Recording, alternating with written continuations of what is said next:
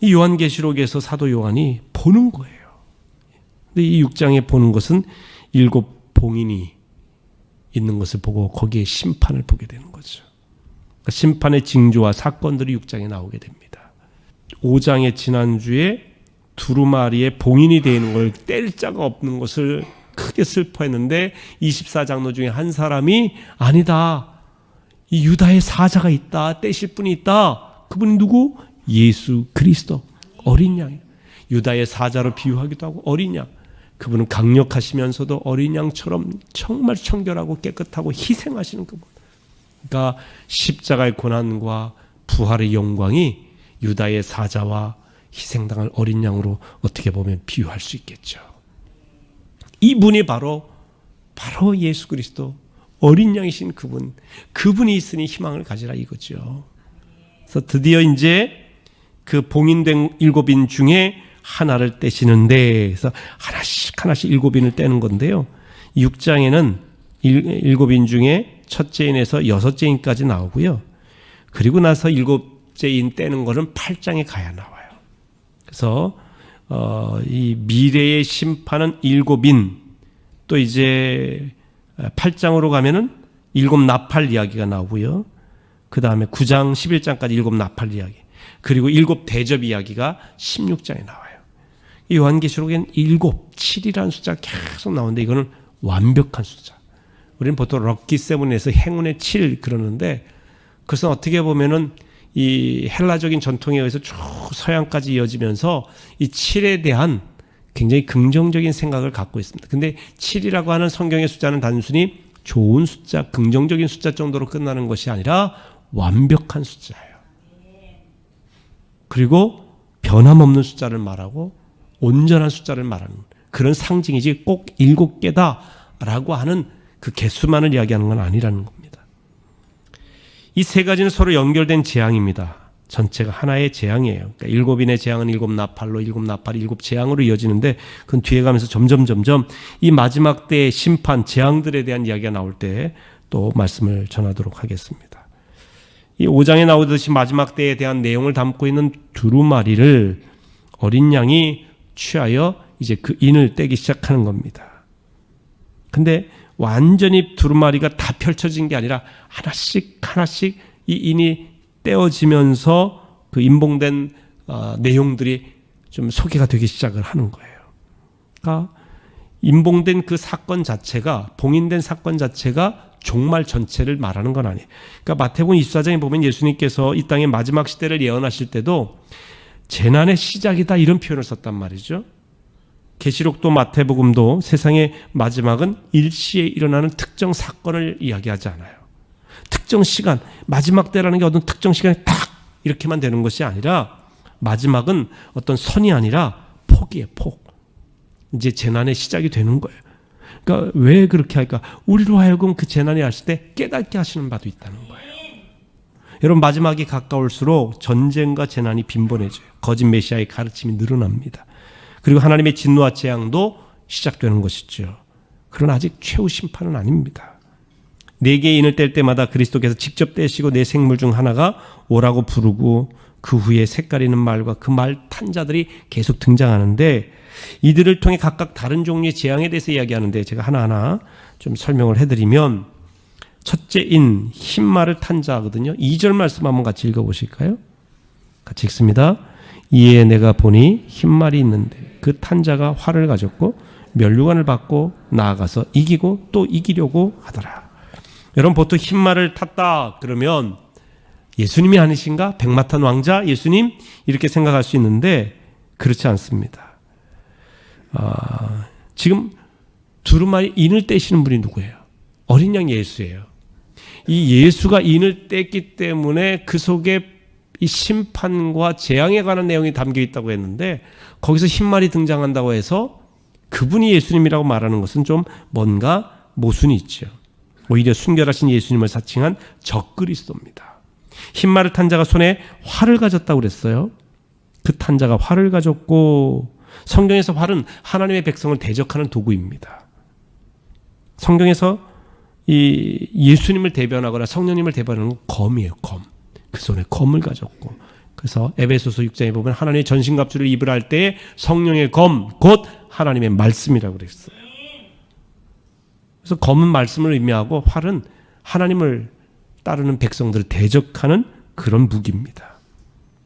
그리고 여기 면류관을 쓰고 있다고 그랬어요. 면류관을 받고 나아가 또 이기려고 하더라 그랬습니다. 여러분이 근데 이 원어상의 표현으로 보면요, 주님이 쓰신 면류관은 디아데마라고 하는 표현을 씁니다. 그런데 여기서 면류관은 스테파노스라는 표현을 써요. 이것은 적그리스도가 쓴 면류관이 가짜 면류관입니다. 마치 진짜인 것처럼 가장한 것입니다. 헬라 표현 자체가 달라요. 예수님의 면류관은 왕의 면류관이지만 적그리스도의 면류관은 정복자의 면류관이에요. 그러니까 정복하고 다 억압해버린다는 거예요. 적그리스도는 이기지도 않았는데 면류관을 썼어요. 여기 보시면 이기고 또 이기려고 하더라. 그러니까 이긴 게 아니에요. 이기려고 애를 쓰는데 이기지 못했어. 그냥 면류관 쓰고 지가 이기려고 하는 애씀만 있지. 적그리스도가 백마 타고 가장한 것, 거짓 승리를 주장하고 있다는 거예요. 내가 메시아다. 여기 오면 산다. 여러분, 이단들에게 절대 속지 마세요. 두 번째 인은 붉은 말을 탄 자라고 그랬어요. 3절 4절 읽어봅니다. 둘째 인을 떼실 때 내가 들으니 둘째 생물이 말하되 오라 하니 이에 다른 붉은 말이 나오더라. 그 탄 자가 허락을 받아 땅에서 화평을 제하여 버리며 서로 죽이게 하고 또 큰 칼을 받았더라. 여러분, 이 둘째 인에 보면 벌써 이제 그 말 자체가 화평을 제하여 버리고 죽이게 하고 큰 칼을 받았더라. 여기서부터 이 재앙과 심판의 내용이, 재앙의 내용들이 나오는구나. 계속 셋째 인도 그렇고 그렇게 재앙의 내용이 나오는데 첫째 인만 그럴 리가 없잖아요. 이 두루마기에 쓰여 있는 거는요, 재앙과 심판에 대한 내용이에요. 그렇기 때문에 흰말이라고 하는 색깔에 우리가 현혹되면 안 돼. 그렇죠? 전체적인 내용. 그러니까 이게 부분적으로 딱 떼어 해석하게 되면 오해의 여지가 있는데 전체로서 첫째인, 둘째인, 셋째인, 여섯째인을 쭉 재앙이라고 하는 것에 보면은 첫째인에 대한 해석도 그 전체적 흐름 속에서 우리가 해석을 지혜롭게 할 수가 있겠죠. 여기서 붉은 말은요, 전쟁과 폭력과 피를 상징합니다. 활 대신 큰 칼을 휘두르는데 이것은 그리스도의 검 할 때는 롬파이어라는 표현을 쓰고요. 암살과 반란에 쓰이는 칼을 마카이라라고 하는 표현을 써요. 마카이라예요. 마카이라. 표현 자체가 달라요. 그러니까 여러분, 우리가 원어 공부도 때로는 필요한 이유가 있어요. 이게 표현이 다 달라요. 달라. 화평을 제하고 서로 죽이는 전쟁을 방복하는 칼이에요. 이건 주님이 쓰시는 말씀의 검이 아니에요. 여기서 칼은. 인류의 역사는 전쟁의 역사죠. 사탄은 서로 이간질을 시켜 싸우게 만듭니다. 붉은 말을 탄 자의 교활한 속임수에 넘어가지 말아야 돼요. 세 번째 인, 검은 말을 탄 자라고 되어 있어요. 5절과 6절입니다. 같이 읽습니다. 셋째 인을 떼실 때에 내가 들으니 셋째 생물이 말하되 오라 하기로 내가 보니 검은 말이 나오는데 그 탄 자가 손에 저울을 가졌더라. 내가 네 생물 사이로부터 나는 듯한 음성을 들으니 이르되 한 데나리온의 밀 한 대요 한 데나리온의 보리 석대로다. 또 감람류와 포도주는 해치지 말라 하더라. 여기 보면 검은 말을 탄 자가 나오는데요, 검은 말은 전쟁으로 인한 기근과 빈곤의 상징이에요. 저울은 그 당시의 경제적인 도구를 말합니다. 저울 아시죠? 무게를 재는 저울. 그런데 6절에 보니까 밀과 보리의 가격이 이렇게 돼 있어요. 한 데나리온에 밀 한 대요. 그렇게 돼 있는데 데나리온은요, 이 노동자 하루의 품삯이에요. 오늘날만 한 10만 원이에요. 그런데 이 데나리온 하나에 밀 한 대라고 하는 건 요만한 대박 아시죠? 쌀 푸는 대박. 그 한 대, 밀가루 한 대에 오늘날 노동자 하루 품삯 10만 원으로 만약에 계산한다면 10만 원이다. 이거 어마어마한 거잖아요. 그냥 이렇게 표현했을 땐 모르는데 구체적으로 들어가 보니까 이게 어마어마한 경제적인 인플레이션이 있는 걸 말하는 거예요. 그러니까 쉽게 얘기하면 그 당시 가격으로 말하면요, 이것은 평균 물가의 12배나 되는 가격이랍니다. 평균 물가. 기근으로 인해 발생하는 엄청난 인플레이션. 그러니까 이 물건 자체가 없는 거예요. 너무 비싼 거예요. 그런데 그 뒤에 보면 또 감람류와 포도주는 해치지 말라 그랬어요. 아직 최악의 기근은 아니다. 꼭 필요한 포도주와 감람류는 아직 있다. 경제가 어려울 때도 하나님은 먹고 살 수 있는 길을 완전히 차단하지는 않으신다. 이런 의미가 있고요. 네 번째 인은 뭐냐? 7절 8절에 보면 청황색을 탄 자에 대한 이야기인데 같이 읽겠습니다. 7절부터 넷째 인을 떼실 때 내가 넷째 생물의 음성을 들으니 말하되 오라 하기로 내가 봄에 청황색 말이 나오는데 그 탄 자의 이름은 사망이니 음부가 그 뒤를 따르더라. 그들이 땅 4분의 1의 권세를 얻어 검과 흉년과 사망과 땅의 짐승들로서 죽이더라. 여기서 청황색은 당시 헬라 문명에서 전통적으로 내려오는 이 청황색은 죽음의 색이에요. 그리고 공포의 색으로 인식되는 색이 청황색입니다. 이 청황색이란 말은 공포와 질병으로 인한 사망, 이걸 의미한다고 합니다. 8절에서 보면 검과 흉년과 사망과 땅의 짐승들이라고 했는데 이 검은 전쟁을 말하고요. 여기서 검은 마카이랍니다. 예수님의 말씀의 검 롬파이어가 아니에요. 이건 전쟁을 말하고 흉년은 경제적인 기근, 사망은 생명을 위협하는 전염병을 말합니다. 여러분, 이 전염병이 얼마나 무서운지 중세기에 유행했던 병이 패스트 아니에요. 패스트로 그때 당시에 1억 명이 죽었습니다. 유럽의 3분의 1이 죽었다고 할 정도, 이 전염병으로. 엄청납니다. 엄청나요. 현대도 에이즈라든지 조류독감, 참 이 전염병들 무섭지 않습니까? 청황색 말이 가져오는 죽음의 재앙이 땅의 4분의 1을 덮어버렸다. 여러분, 만약에 요즘 인구가 70억이 넘는다고 하는데요, 이런 전염병이라든지 이런 것들로 인해서 4분의 1이 이 죽음의 재앙 속에 있다고 한다면요, 이 지구상에 거의 20억 가까운 인구가 죽는 거예요. 엄청난 일이죠. 엄청난 일. 말도 못하는. 이것은 전면적인 재앙의 시작을 알리는 재앙이에요. 아직 끝은 아니에요. 뭘 말하냐? 아직 기회가 있다. 하나씩 떼시는 거죠. 하나씩. 첫째인, 둘째인, 셋째인, 넷째인을 떼시는 거예요. 깨달으라는 얘기예요. 깨달으라. 각성하라는 얘기죠. 다섯째인, 죽임을 당한 순교자에 대한 이야기가 나오는데요. 9절에서 11절까지 한번 보실까요? 다섯째인을 떼실 때에 내가 보니 하나님의 말씀과 그들이 가진 증거로 말미암아 죽임을 당한 영혼들이 제단 아래에 있어 큰 소리로 불러 이르되 거룩하고 참되신 대주제여 땅에 거하는 자들을 심판하여 우리 피를 갚아주지 아니하시기를 어느 때까지 하시려 하나이까 하니 각각 그들에게 흰 두루마기를 주시며 이르시되 아직 잠시 동안 쉬되 그들의 동무 종들과 형제들도 자기처럼 죽임을 당하여 그 수가 차기까지 하라 하시더라.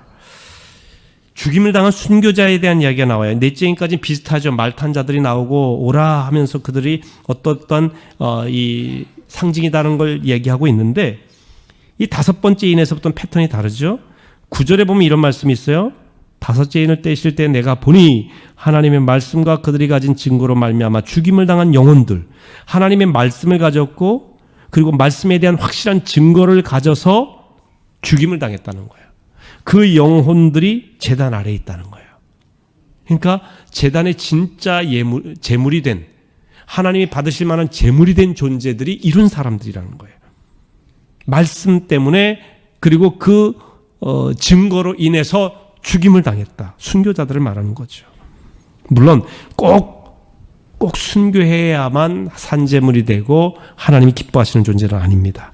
하지만 순교적인 정신으로 살았던 초대교회 성도들에 대해서는 우리가 분명히 그 믿음은 본받아야 돼요. 예수 믿는 사람은요, 적당한 믿음 가지고는 절대 세상을 이길 수가 없어요.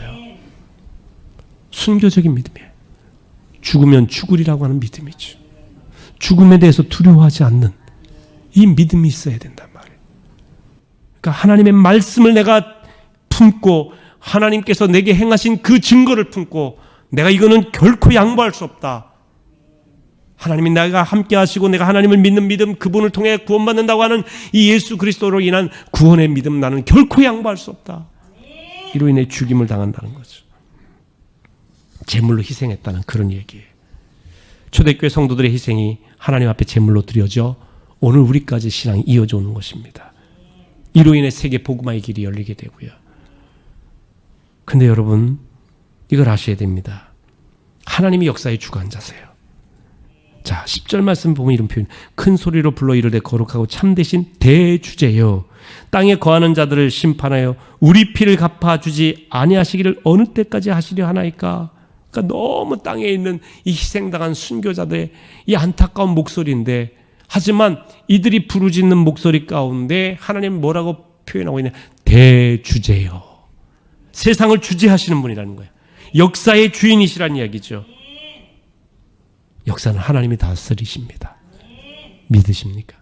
오늘 우리가 살아가는 세상이 굉장히 혼란해 보이죠. 재앙도 있고 또 천재지변도 있고 갈등과 어려움도 있고 너무 혼란해요. 정치인들의 문제도 있고요. 그런데 이 요한계시록에 세상에서 수많은 재앙들로 고통당하는 인생들을 볼 수 있어요. 기독교인도 예외는 아니죠. 그런데 고통과 재앙은 성도들의 간절한 기도에 대한 하나님의 응답이에요. 무슨 말이냐? 재앙과 심판은 교회를 위한 것이라는 거죠. 교회를 핍박하고 믿는 자를 억압하는 자들이 형통하는 경우도 있어서 얄밉습니다. 그런데 결국에는 이 과정을 통해서 정금같이 나오는 교회, 성도들은 승리한다는 거예요. 이 과정이 없으면 교회도 타락해. 성도들 타락해. 여섯 번째 인이 있죠. 12절에 17절인데 이 하나님의 진노의 큰 날이 시작되는 걸 말합니다. 이 여섯째 인을 떼실 때는 하늘과 땅이 모두 천재지변의 심판을 겪게 됩니다. 먼저 큰 지진이 일어납니다. 여러분 한번 보시겠습니다. 12절 같이 읽습니다. 내가 보니 여섯째 인을 떼실 때에 큰 지진이 나며 해가 검은 털로 짠 상복같이 검어지고 달은 온통 피같이 되며 또 하늘의 별들이 무화과 나무가 대풍에 흔들려 설익은 열매가 떨어지는 것 같이 땅에 떨어지며 14절 하늘은 두루마리가 말리는 것 같이 떠나가고 각 산과 섬이 제자리에서 옮겨지네. 여러분 그냥 평면적으로 읽으면 잘 모르는데 내가 보니 보는 것 같이 읽으면요 이거 엄청난 재앙이에요. 지진이 난다는 거예요. 해가 검은 털로 짠 상복같이 해가 붉고 밝게 비춰야 되는데 이게 검게 변한단 말이죠. 피같이 돼버린다. 해의 광명이 없어지는 걸 말해요. 하늘의 별들이 무화과 나무가 대풍에 흔들려 설익은 열매가 별들이 떨어져 버린 거예요. 별들이. 하늘은 두루마리가 말리는 것 같이 떠나가고 말려서 사라지는 거. 하늘이 없어져 버려요. 각 섬과 이 산들이 제자리에 있지 않아. 이게 엄청난 대격변을 말하는 것이죠. 전 우주의 말이죠. 엄청난 재앙을 이렇게 표현하고 있는 겁니다. 하늘에서 땅에서 우주가 산과 섬과 막 바다가 막 얼마나 엄청난 역사들이 있습니까? 이런 것들로 인해서 사람들이 공포에 질리게 되죠. 누구도 예외는 없어요. 이러한 천재지변과 우주의 대격변에는 예외도 없어요. 자 보세요. 15절을 읽어보실까요? 땅의 임금들과 왕족들과 장군들과 부자들과 강한 자들과 모든 종과 자유인이 굴과 산들의 바위 틈에 숨어. 여기에 보시면 땅 임금들, 왕족들, 장군들, 힘 있는 자들, 부자들, 부유한 자들, 강한 자들, 세상에서 떵떵거리는 자들, 종이나 자유인이나 할 것 없이 모든 사람들이 굴과 산들의 바위 틈에 숨어. 왜? 죽을까 봐 두려운 거예요. 재앙 앞에는 권력도 돈도 지위도 지식도 소용없는 겁니다. 인간적 수단으로는 심판의 날에 살아남을 자가 없다는 뜻입니다. 사람들의 죄악이 더해가고 나라와 민족이 타락하여 전쟁하는 일들이 많아지고 하나님의 진도는 더해가는데 그런데 아직 역사가 끝나지 않습니다. 아직 역사가 끝난 게 아니에요. 아직 일곱째 인이 안 떼졌잖아요. 이 엄청난 일들이 있는데 16절에 산들과 바위에게 말하되 우리 위에 떨어져 보좌에 앉으신 이의 얼굴에서와 그 어린 양의 진노에서 우리를 가리라. 이 진노에서 우리를 가리라. 그랬단 말이에요. 17 그들의 진노의 큰 날이 이르렀으니 누가 능히 서리오 하더라. 그러면서 이렇게 막 이 주님이 가려주시지 않으면 이거 우리가 감히 설 자가 아무도 없다. 반대로 얘기하면 주님이 가려주시면 주님이 막아주시면 우리는 설 수 있습니다. 이 뜻이 되는 거예요. 이렇게 죄악이 관영해지고 세상에 문제가 많은데 하나님의 심판은 아직 물론 이제 재난은 시작되었지만 세상 끝은 아니다. 왜 하나님께서는 이렇게 죄 많은 인생들 싹 쓸어버리시고 잘 믿는 사람 다 구원하시고 이 땅에 하나님께 천년세계 이루시고 영원한 하나님 나라 우리를 인도하시면 될 텐데 왜 하나님은 그렇게 한 번에 안 하실까요? 이유가 뭘까요? 자, 이 이유는 디모데전서 2장 4절 말씀을 보면 우리가 깨닫게 되는데 한번 같이 읽어보실까요? 디모데전서 2장 4절입니다. 하나님은 모든 사람이 구원을 받으며 진리를 아는 데에 이르기를 원하신다. 하나님은 모든 사람이 구원받기를 원하세요, 사실. 근데 모든 사람이 구원받는 건 아니에요. 모든 사람이 구원받는다고 한다면 죄가 이 세상에 이렇게 관영할 수가 없겠죠. 근데 하나님의 마음은 모든 사람이 구원받기를 원하여 마지막 때를 지연하고 계신 거예요. 하나님이 기다리시는 구원의 숫자가 차기까지 말이죠. 그게 이제 7장에 나오는 14만 4천인데 14만 4천 명을 말하는 게 아니에요. 여러분, 하나님이 모든 사람을 구원하기를 원하는데 14만 4천 명만 구원하시겠습니까? 그러나 하나님의 마음은 14만 4천이 아니라 모든 사람이 구원받기를 원해요. 이거는 10이라고 하는 숫자는 7과 함께 완전수를 말해요. 완전한 구원의 수. 셀 수 없이 많은 무리를 말할 때 14만 4천이에요. 성경의 전체적인 해석과 우리가 맞는다는 얘기입니다. 그래서 심판의 시기를 늦추고 계시다. 오늘 말씀을 정리해보면 이런 내용이 됩니다. 계시록에는 구원자 예수와 심판자 예수가 동시에 등장합니다. 인간의 역사에는 심판과 구원이 공존했죠. 심판과 구원은 하나님의 거룩과 정의 그리고 사랑을 상징합니다. 하나님은 사랑의 하나님이심과 동시에 정의의 하나님이세요. 그렇기 때문에 하나님은 죄를 용납하지는 않으십니다. 죄 지은 자를 그래 알았다 하고 그냥 좋은 게 좋은 거다 넘어가시지 절대 않습니다. 심판하세요. 죄를 반드시 찾으십니다. 그런데 이 죄의 문제를 인간에게 다 모든 죄를 그들이 행한 죄에 따라서 심판하시면 살아남을 존재가 없단 말이에요. 그래서 하나님 분명히 죄에 대해서 다스리시고 심판하시는데 구원받을 수 있는 사랑의 길을 열어놓으셨으니 회개하고 예수를 믿는 거예요. 그래서 여러분, 회개가 중요해요. 죄에 대한 정말 절절한 회개, 진심 어린 회개가 중요합니다. 심판과 구원은 하나님의 거룩, 정의와 사랑을 동시에 보여주는 겁니다. 하나님은 정의로우시면서도 사랑이 많으신 분이다. 그래서 죄에 대한 문제를 인간에게 전부 다 부과하면은 다 죽을 수밖에 없기 때문에 그 죄의 문제를 예수에게 다 전가를 시키시고 이 예수가 너를 위해 죽었다는 사실을 믿기만 하면 구원 얻도록 길을 열어오신 거예요. 그래서 예수의 십자가의 고난은, 예수의 죽으심은 하나님의 정의로움과 하나님의 사랑이 동시에 그 속에 있어요. 죄에 대해서는 죽고 우리가 죽어야 될 그 죽음 대신 예수가 죽으신 사랑의 표현이에요. 그러니까 여러분, 우리가 이 사순절에 예수님의 십자가 고난을 생각하는군요. 아, 나 왜 죽으셨구나라고 감상적인 것뿐만이 아니라 정말 하나님의 정의와 공의와 사랑이 함께 담겨있는 십자가라는 거예요. 심판과 구원이 같이 있는 겁니다. 하나님은 정의로우시기 때문에 죄에 대해서는 심판하십니다. 동시에 사랑이 많으시기에 심판 가운데 구원의 손길을 펼치신 분입니다. 요한계시록을 비롯해서 성경을 보면 사람의 운명은 예수 그리스도를 믿느냐 믿지 않느냐로 갈리는 것입니다. 믿는 자에게는 영생을, 믿지 않는 자에게는 영원한 멸망이 따른 것입니다. 예수 그리스도의 십자가와 부활을 믿는 자는 환난과 고통 속에서도 두려워할 필요가 없어요. 하나님이 반드시 건져주시기 때문에 그렇습니다. 우리는 그래서 미래에 일어날 사건들, 여러 가지 환난에 대해서 두려워할 필요가 없습니다. 궁극적으로. 다만 미래를 붙들고 계신 그분을 바라봐야 돼요. 우리 하나님이십니다. 요한복음 5장 24절 말씀 같이 읽어보시겠습니다. 내가 진실로 진실로 너에게 이르노니 내 말을 듣고 또 나 보내신 이를 믿는 자는 영생을 얻었고 심판에 이르지 아니하나니 사망에서 생명으로 옮겼노라. 내가 진실로 진실로 너에게 이르노니 내 말을 듣고 또 나 보내신 이를 믿는 자는 영생을 얻었고 심판에 이르지 아니하나니, 영생 이미 얻었어요. 정죄의 심판에 이르지 아니하고 사망에서 생명으로 옮겼느니라. 현재 완료형이에요. 원어적으로 보면 이미 사망에서 생명으로 옮겼어요. 여러분이 그런 존재, 여러분은 하나님께서 보호하시는 하나님의 심판 아래 있는 존재가 아니라 예수를 믿음으로 심판에 이르지 아니하고 사망에서 생명으로 옮겨 하나님이 붙드시고 보호하시는 존재라는 거예요.